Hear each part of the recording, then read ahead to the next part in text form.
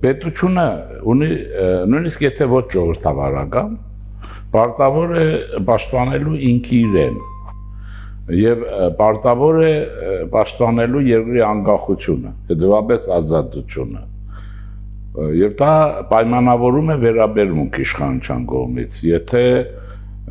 անկախության, ազատության դեմ ելույթներ կան, պիտի պատժվեն անշուշտ օրենքով ու այդ օրենքները գործադրվեն։ Հիմա մենակ դա չի հարցը, հիմա այս մարդկանց վրա կոնկրետ գործ կա, չէ՞։ Այդ Մասիսի քաղաքապետը հայտնի իրադարձությունների ժամանակ համայնքի ղեկավար լինելով, չարաշահելով իր ուրեմն պաշտոնական դիրքը, նաև իր ֆիզիկական պատրաստվածությունը, ֆիզիկական ասում են սպորտսմեն է, ուրեմն եւ քաղաքացիներին ծեծել, ինք ով է մեկը ասի, եթե այդ չափորոշիչով մոտենանք, չէ, մեր հայրենագիծը Կումայրից Ալեքսան Արթուր է մի խոսքով, որին բոլորս շատ հարգում, սիրում ենք ուղղակի, ուրեմն Գյումրի պիտի լինի բոլորին ջարդի, հա, որովհետև ինքը ֆիզիկապես պատրաստված է։ Եվ այս իմաստով բոլորը պիտի հասկանան, որ իրենք առաջին հերթին պարտավոր են իրենց ֆիզիկական գերազանցությունը չագերտավոր, ցույց տան, որ գերազանցություն չէ։ Եվ այստեղ գործ կա վերեն, ճիշտ է, քրեական գործ կան, որում ինչքան ես գիտեմ, տարիների հետաքննություն է, ավարտվել է, հիմա դատավորին դատարանին պիտի ասել ինչու հիմա, որտեղ ժամկետ կա։ Հիմա այստեղ կարծում եմ պրոբլեմ չկա այդ իմաստով։ Վարդանիկի հարցում ես ճիշտ ասած, եթե ես լինեի, ենթադրենք վարչապետ, շատ ավելի խիստ կլինեի, գերտաստանով կորցնեի Հայաստանի Հանրապետության ազատության անկախության դեմ բացահայտ ուրեմն ելույթ ունենալու, ինչ որ Լուկաշենկոյի կցորդը դառնա, Բելարուս լաֆետը դառնա, չէ, Բելարուսը լաֆետ ունի, կամ Պուտին եւ այլն։ Այստեղ Վարդանիկի հանցանք շատ ավելի մեծ է, ասեմ ինչու, օրենքը չգիտեմ ինչպես է կարգավորում։ Դուք հիշում եք, կարծում եմ, որ կասկած չկա, որ ես չեմ կասկածում, հիշում եք, նա խոսում էր Լենինականի անկախությունից։ Հիմա դա ինչ է նշանակում։ Միամիտ լեզվական սխալ է, թե ես կարծում եմ սխալ չկա այդտեղ։ Ռուսաստանը իր բրոքսիների միջոցով,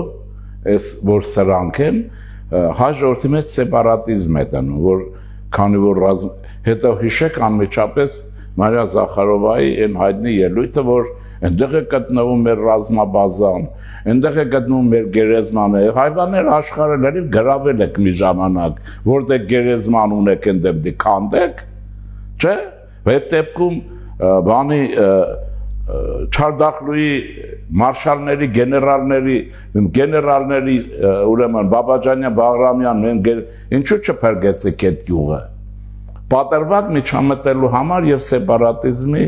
օջախ դարձնելու համար, որի վրա ես գումարում եմ եկեղեցի։ Եկեղեցին էլ է, չէ՞ խոսում անկախությունից։ Ինքնիշխան պետության մեջ չի կարող լինել որևէ այլ սուբյեկտ, որը անկախ է, կարող է ինքնավար լինել։ Եկեղեցին ինքնավար է, այո, եւ սա երաշխավորված է։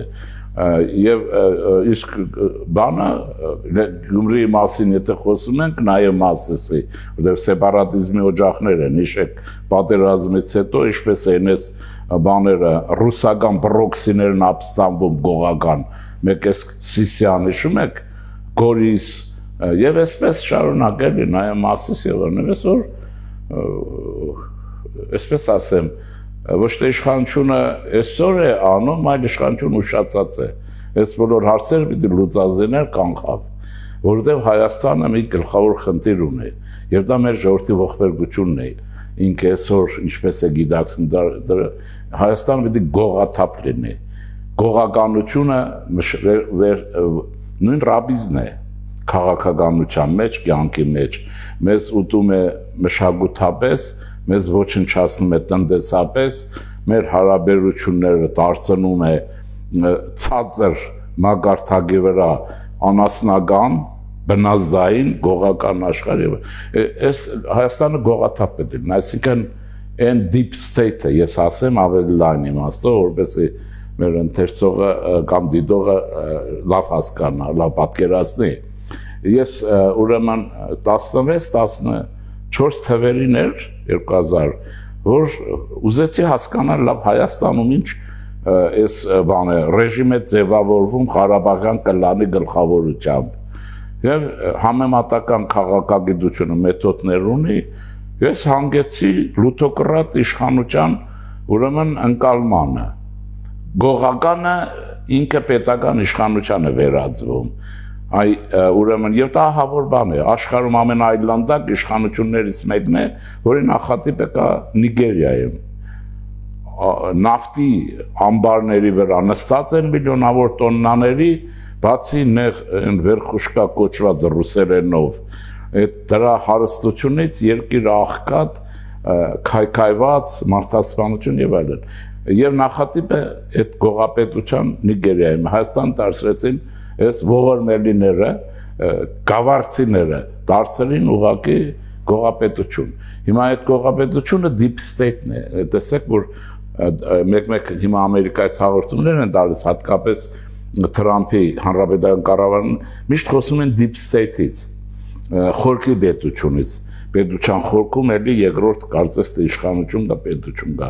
իսկ մերը գողապետությունը ամենաայլանդակը, եւ այդ գողապետությունը պիտի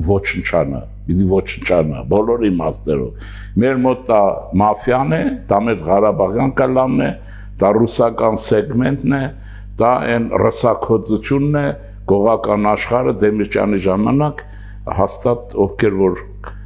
լավ են ապրել այդ տարիներ հիշողություն ունեն, գիշեն որ մի տեսակ մարդու տեսակ կար, ապերոն, որը ծիծակ կոշիկով, կարմիր վերնաշապիկով, փոկապով եւ անդրավարտիկով գործ դասավորողներ եւ գործ տվողներ ֆորֆռում էին Դեմիրճյանի իշխանության ժամանակը, այս իշխանության կողքին, բայց իրենք իշխանություն չէին, սպասարկում էին։ Հասկանում եք, այդ աղբը դուրս եւ դարանների տակ էին կանգնում, դա ով որ գիշի, բայց ժողովրդի մեջ չէին կարող դուրս գալ, որովհետեւ իշխանությունը իրենց զսպում էր, դե Մոսկվա ճնշում կար։ Նման բաներ, հիմա այդ deep state-ը դուրս է եկել, կապի նման եւ իշխանություն է դառել, դե աղքատ ժողովրդին են միշտ կարող է մանիպուլյացիայի ենթարկեն մանավանդ օրենսդրություններ, որոնք հիմա կան, այդ օրենսդրությունները շատ անգամ արդարություն չեն ապահովում։ Մարդիկ գիտեն, եթե դատարան կա, եթե օրենք կա, ուրեմն արդարադատություն է լինելու։ Երբեմն դատարաններն ու ուրեմն օրենքները անարդարություն են ապահովում։ Սերժի Ռոբերտի գրած օրենքները եւ իրենց համար, այլապես այդ երկուսն էլ վաղուց նստած կնային։ Մեկը գոնե Սարգսի գողության համար, մեկը զատո այնքան բաներ կա, որն ասես առյուծ սպանելու համար, որտեղ կենթանի սպանելը պատժելի է, չէ՞։ Կենթաների պաշտպանության ընկերություններ կա համաշխարհային, առյուծ սպանողը։ Ուրիշ բան չեմ ասում, եմ մնացած։ Ուզում եմ ասել, այսպես է, դրա համար կարծում եմ ուշ է, բայց այդ ուշը ես ուզում եմ որ ժողովուրդը շատ չկենտրոնանա դրա վրա։ Դժվար էր, որովհետև մենք պատերազմի մեջներ քաշվեցինք, այնտեղ հիշեք բանը կորոնավիրուսի ինչ աղետ էր եւ բավականին հաջողակ դուրս եկանք։ Ամերիկայի նման երկիր ցնցվում էր կորոնավիրուսի ժամանակ եւ 44 օրյա պատերազմ, որ Ռուսաստանը Ադրբեջանի ձեռքով մեր պոտենցիալը եւ մեր ժողովրդին կոտորեց, նաեւ զենքը ձեռներից վերցրեց եւ այլն։ Դրանից հետո դժվար էր, այն հետո ցույցեր, գործներ հիշում եք, չէ՞, փրկիչներ, Գալստանյաններ, Աջափսանդալյաններ եւ երկիր Աջափսանդալի վերածեցին։ Եվ այդպես ես շատ եմ ասել, որ երկրին կայունություն է պետք նման վիճակում,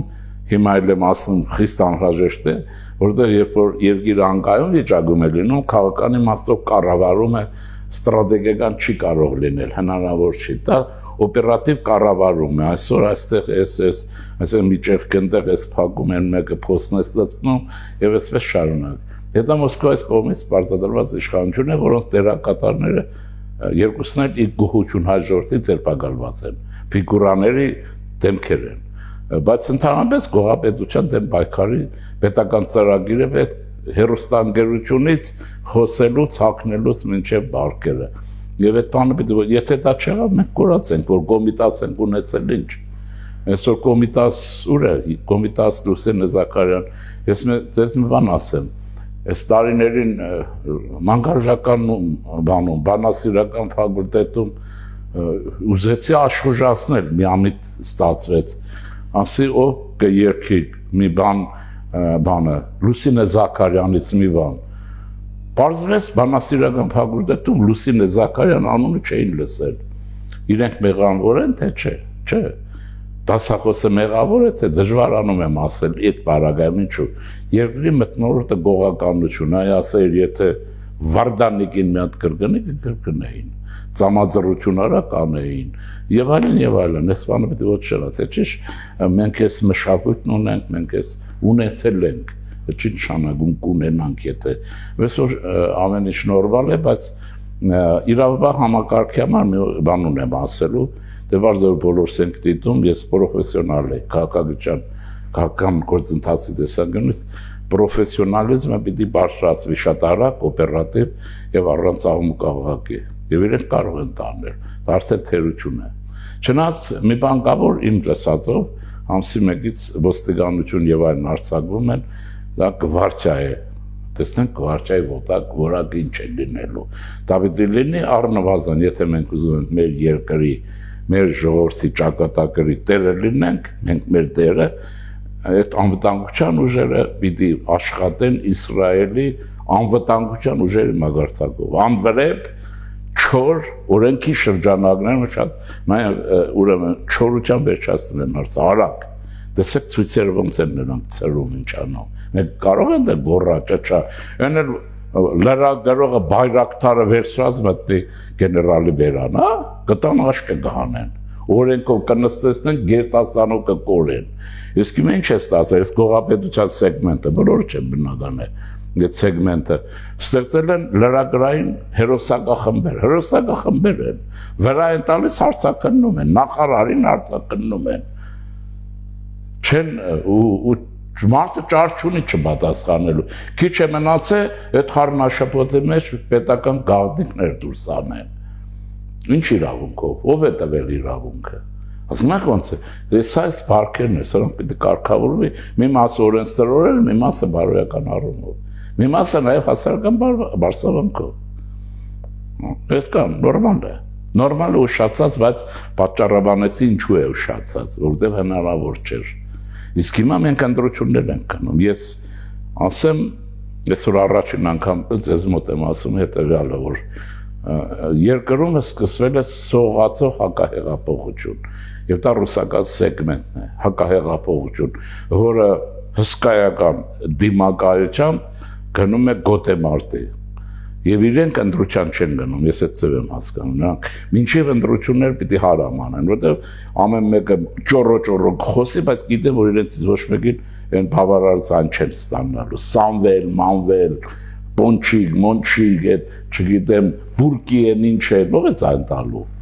բայց պատկերն առաջացնում են եւ գրոհում են պետականությունը, իշխանությունը պետք է նախաձեռնությունի ձեռը վերցնի, այ հետո եթե չլինի, մենք բոլորս իշխանությանը կմեղադրենք, բայց հիմա պիտի աջակցենք, պահանջենք, որ կարգ ու կանոն,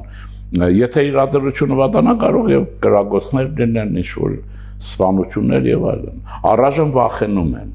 դրա համար չեն անում, այսօր, իսկ իշխանությունը պարտավոր է պաշտպանելու ժողովրդավարություն, իշխանությունը պարտավոր է ժողովրդավարությունը, պետականությունը, քաղաքացուն եւ այլն։ Եվ իրենց պաշտպանելու դավաճանությունից, որը սրանց Ռուսաստանի միանալ եւ այն պետական դավաճանություն է։ Այսինքն եթե դուք վերցնում նրանց ծաղկն եք կողում օրենքով, իրենց թույլ չեք տալիս պետական, դուք իրենց պաշտպանում եք դավաճան լինելու հաճույքը զգալուց։